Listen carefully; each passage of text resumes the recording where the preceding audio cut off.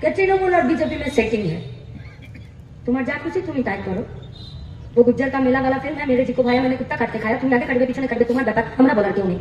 लेकिन सवाल का जवाब तो देना पड़ेगा। मुकुल राय आज बीजेपी আছে না তৃণমূলে আছে? ভোটে জিতেছিল বিজেপি থেকে।